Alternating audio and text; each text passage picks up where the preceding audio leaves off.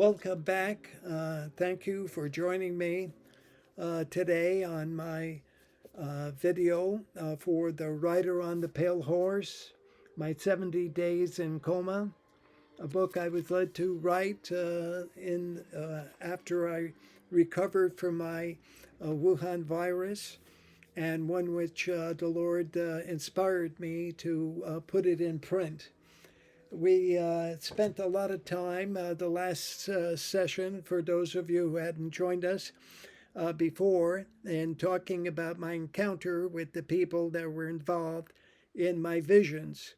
This is a place where there is no time, sunlight is shining, no need for sleep, and it's an endless loop of encounters, which were, in this instance, put down as I was encouraged by the Lord to write the book. We left off with my meeting a group of people in my condition that I explained were also having received the stone, as I did, the white stone. And we spent some time about figuring out together that in Revelation 6, we talked of Kai Edote Sen, Heastes, Stiku, Lukai. They were given a white garment, and Kayarete twice hina, and told that just for a while, and a panasontai, epi tronum bikron, to wait. And these are the people that I feel that were told to be waiting, that I met up with. And so therefore, heos u perosontai, until it's fulfilled, along kaioi sunduloi, the fellow servants that is being spoken to, or auton kaioi the Adelphoi, the fellow brothers, auton kaioi malontes, apakatai nestai, that's to be killed, for them to be about to be killed, hoskai autoi, as they were. So the point being is that I chose not to follow them in my vision, where I left off with you. And we were in a position where we found our way back to a rest area, a room, whereas they went ahead. As John sees in his vision, these very same people, he sees them 2,000 years ago, those that are under the sea of glass before the throne. Aidon hupokato to see a stereo, and that is that underneath the altar, tepsuches ton esphagmenon, and that's having been killed for the eoton logo tutio of the word. So he sees them now under the sea of glass. I bumped into a group that were telling me to follow them, and as it was that they were to go to the Upukato to see a stereo underneath the grounds of the altar. So they were heading for a subterranean position, and I deferred to follow them at that time, and was having hunger pains, as I was explaining in my last video today. What we'd like to is just point out further that it's not unusual to have these kind of visions. Mine lasted for 70 days, that I write in detail in the book. And we're covering today chapters 4 through 6. And so we'll open in prayer and be in a position to pick up where we left off last time. And this is very important. Eucharistontes to Patre to ekanosanti. That is, we're thanking the Lord God for counting us, aikorosonti, hemasais ten merida, to be part of. Now, we get this merida, meridian. It's a slice, as it is to kleru, of inheritance. And if you cut an apple, you get a slice of the apple. We're getting one here, ton hegion and to 40, with the saints in the light. Now, the line I'm coming to is verse 13. Hos rusato mas ectes excusias. He delivered us out of the authority to scutus of darkness. Now, here's where it's key. Ke metastesen. They metastasenized basilium. He has metastasized us from our very core into the kingdom. Eisten basilian to Vio, tes agapesa to his beloved son's kingdom. Eisten basilian to Vio tes agapas to. And with that in mind, this is the kind of action that the Lord put me through in encountering people, and all of them, I believe, were in my condition while I was in coma. And when I was found to be in a position to appear in a new place, it was as if I were, in a moment, translated to that location. And this is not unusual in the work of the Bible, as we know. For instance, here in going back to Revelation chapter 4, let me point out that we see that John kai utheos and once egonomden in pneumati I became in the spirit kai idu tronos sekano ento orano in the presence of a throne in heaven. So I at once was appearing in John here, indicating that he just was translated right to the throne room of the Lord. So this is what takes place. The Lord has me through these chapters 4 through 6, be in a position to move from one location to another at His whim, and one in which case we find that it's not that unusual that this is what the Lord does when He wants His people to be placed into different circumstances, to be witness to what is going on. Another case in point in this that supports that view is what happened to Philip and his encounter with eunuchos. That would be the eunuch who is now getting back from having been in Jerusalem and now heading back south as it is. And here it says that Kai baptizendoton, Philip baptized him, udor ote Philippos kai o eunuchos, with both Philip and the eunuch now having been completed. They now ote they and the babe's son came up ek to udatos out of the water, and immediately numa curio arpase ton Philippon arpase snatched him as it would be Philip, and kayu kedena ton uketi o eunuchos, and not anymore did the eunuch see Philip.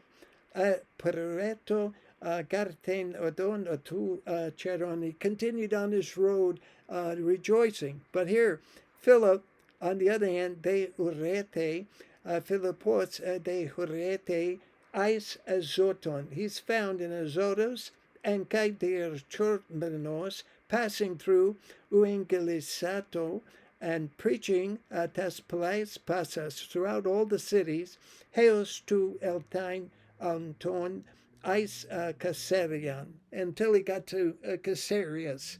And so we see that this is a very common occurrence with the Lord. He has us translated from one location to another, and that was exactly the kind of thing that I was experiencing throughout my 70 days in coma. You might find it interesting, too, that I encountered visions in this particular instance of people that were of animal spirit. And so I was able to see, as the Lord had in many instances throughout the Bible, refer to seeing animal spirits as a description of them. And I had that experience in my chapters 4 through 7 throughout. Now, in this instance, as an example, there's no question that the green horse is riding today. And so in chapter 26, it's the title of the book. The Rider on the Pale Horse is chapter 26. It depicts there how the Lord asked me to put this on the front cover of the book and point to it and emphasizing that it's on page 157. That'd be a rendition that was handed to me. Now, interestingly enough, it was a prophecy at the same time. It was a rendition of chapter 6, verses 7 and 8. And this was something that I had spoken of and read to a number of my fellow inmates when I was incarcerated for a short period of time. And when they were in a position to hear it, one of the inmates made a drawing of this very issue. So, coyote noxe ten esfragaite, that's the seal, esfragaite, ten tetartin, and it's the fourth seal. Akusa phone, I heard the voice to tetar two of the living Zou Lagonses, saying that fourth animal, John kai blepe, come kai blepe and see, iodon kai do, hippos schloros. And this would be schloros, a green, pale horse, kai o katenthenos, riding on him, aponterotu, onama Ator, that's the name of Hotanatos, death, and Kaioi, Hades, this is the place. Ekulutai, following Metoton, were both Hades and death. And it was given Edoteo Tues, Kusias Apaktanai, to have to kill and a fourth of the world, and Tito Tetarton was involved in this destruction. And so it goes on to say, Kayen limo, a famine, Kayen tanaton, and with it death, and Kai hupotein terion teskes. And that's all the beasts of the animal. That would be an situation where the animals are associated with the pestilence. So when I was given this drawing, it's quite interesting that it was a prophecy for me, because this is in chapter 26. I would be in the fall of 2020, and it was prophesying not only for the world, but for me, that we'd be going through a bad pestilence, and I in particular would come down with the Wuhan virus in the spring of 2021, which is where the book picks up in its prologue. I covered several videos ago. So if anyone wants to see how the story evolves, you can follow back towards our first video released a few weeks ago.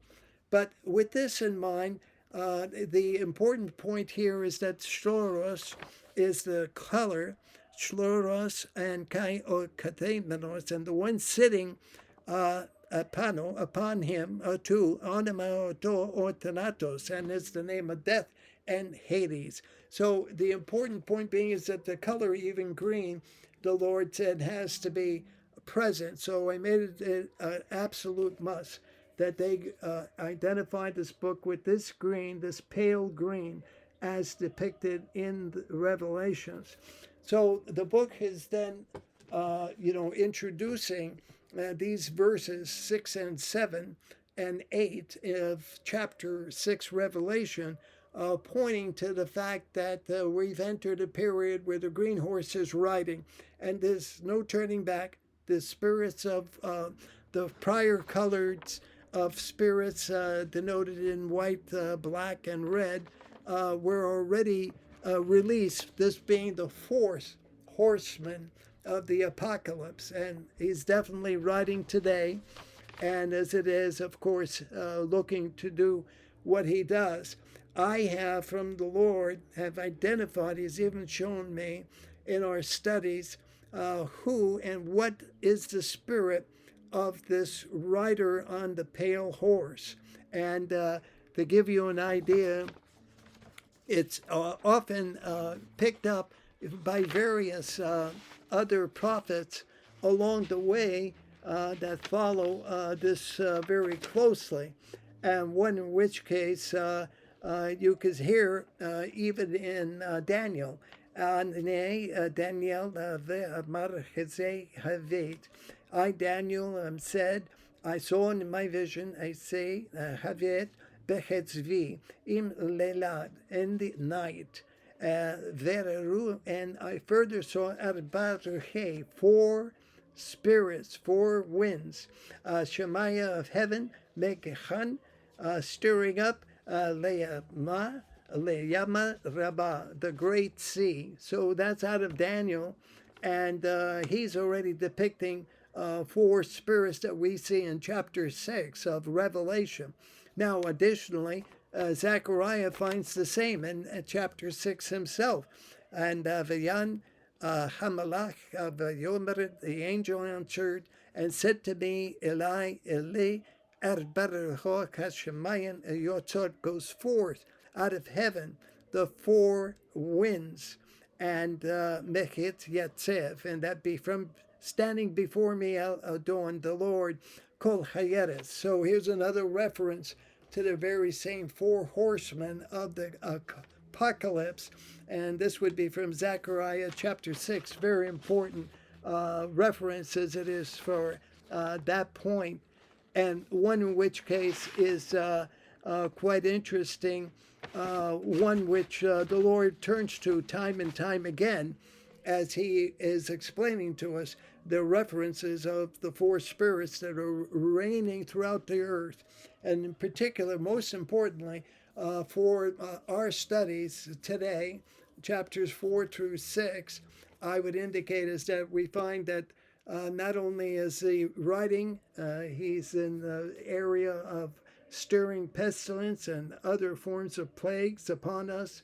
He's also in a position where it's identifiable with a color, a pale green.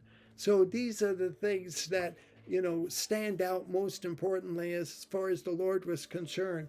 Now, in addition to my surviving, when I came out of the coma, I was a quadriplegic and couldn't speak. I had a trachea, and therefore have acquired the voice I have today because of the injury.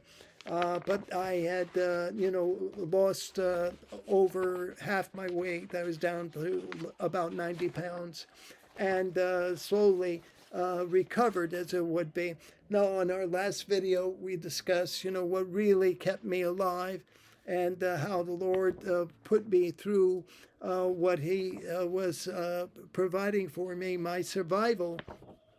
And so, from that standpoint, you may say, how are we entitled to the very important blessings that are important for us to know about in expecting El Pida de Cayasunes, as it is Pek de Chopata, that is the expectant blessings that the Lord bestows on us. How are we to know that we're to be expectant of this? We cover some of this very clearly in Corinthians. Let me point to 1 Corinthians chapter 10, verses 14. Deo perek petoi mu fugate apetois dololatrias. Get away from serving the idols is what Paul is indicating here in his opening of a friendship letter to the Corinthians. Os Phronimus legai krenaite mais o femi. Judge for yourself what I have to say. Ton praeterion tes eulogias, that cup that is of a blessing, ho uloglubin, which we bless, uchi koinonia tu, uchi koinonia tu, uh, Ayematos to Christo. Is it not partaking in the absolute blood of the Lord?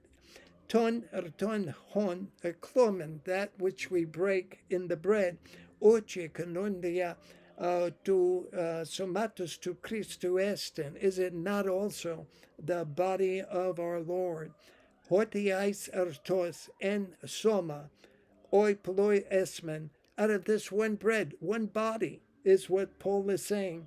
Oi ploi esmen. We all partake. And this is what the Lord told me in very obvious ways, that I survived the coma in my instance because I honored his extremely wonderful gift to us of his laying his life down for our salvation. Uh, this no greater love for man than one that lays his life for another, gives his life down for another. And this is where the Lord is coming from in recognizing those that honor him. Because it goes on to say here, oigar pantes ectu henos artu, all of us from this one bread, meritachomben, that we partake. Now, Paul is talking about right here where we get grafted in to the blessings of our Israel, to the blessings of the Father, that we're under the blood covenant that he so readily shed. And here's where Paul says, "Blepete ton Israel katasarka." Watch what the Israelis did in this instance. Ochi oi estiones testusias. Are we not eating of the same sacrifice? Koinonoi tu tusias stereo. That's of the altar. Ti nun feme. Now what can I say? And this is where he says, Hoti edaulon tiesten. Is the idol anything? And then he goes on, or a or ti idolo tuton, the eating of it, ti esti, the eating of the sacrifice, any value. He's indicating dia, ala, or ti, tuai ta ethne. But this is the sacrifice of nations. Diamonias duai are offering to devils, kai un theo, and not to God. So he's indicating here for all of us, don't mistake it, that we are not in a position to equate any animal sacrifice with the sacrifice of what our Lord did for us.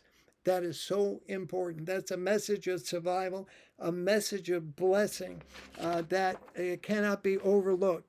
And as an example, one need not look any further than the importance of knowing that Paul was pointing to this very night that the Lord is taken, and he has this important word for us. That is, when we, or gar estion pinon naxios, that is, when we partake in eating of the body and drinking of the cup in an unworthy manner, krima hioton, we bring judgment to ourselves by STI kaipanai, by eating and drinking. May and without the krianon to soma to krio, without discerning the importance of the body of the Lord. So I have to say, in all honesty, this is where the crux of the matter is. This is where I believe the Lord showed me in a humble scenario, photoronto, fearful it is empesign to fall, ice charas, to theo in the hands of the Lord, zontos, in the hands of the living Lord.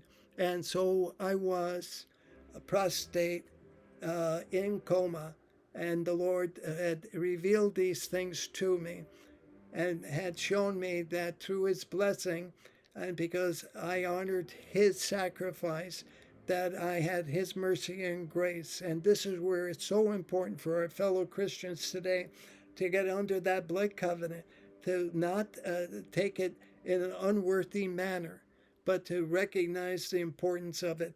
Let's read on so you understand Dio tuto enumain poloi estadias. That throughout this, Paul is saying that amongst you, there are some that are in a position to be sick and weak. Poloi estadias kaiorostoi, and feeble. Okay? And that's where Paul is pointing to kaikomontai, that's comatose, kaikomontai, and some of you, in the same euphemism that we use today, we call sleep, perhaps death. Here it is, koimuntai, kai komuntai ikano. This is a comatose. That means some of you are already asleep. Ek gar heotos diakrinomen, ek gar heotos diakrinomen. And if we were ourselves discerning, is what the word says here, ok an ekrinometa, then we would not be judged. So Paul is making the very same case that I'm sharing with you, that this is a connection to well-being, to health, whatever else one is praying for, that we honor it as often as we can in remembrance of the Lord and his tremendous sacrifice. Well, I'll leave it at that today. The importance of our prayer for our fellow Christians that are suffering and are anxious about knowing what is best for them to do. I'll just say that the Lord heals in spirit and soul and body, just as he says in Thessalonians chapter 5:19. And tas de otheos tes erenes, that is the God of peace himself. Hekiasaiomais, holotelias in whole, bless you. Kai holokleros, in our whole being, amon, ours, pneuma, the spirit, kai tates psuches, that's the soul, kai soma embentos, the spotless, hold our body.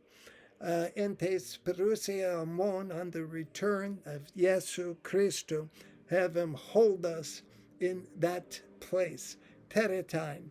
Now the best verse is the next one, and that is pistos, ho kolosumas, faithful is the one who calls you, hos kai priesai, and he will do it. I close tonight with that prayer in mind. If you liked what you heard, hit like, subscribe, be in a position to have your hit for the next appointed time for our next release of the video. So this way you're abreast of our work together. The book is The Rider on the Pale Horse, My 70 Days in Coma. I encourage everyone to follow along with our studies, and I'll see you very shortly. God bless. Baruch haba in the meantime. Thank you.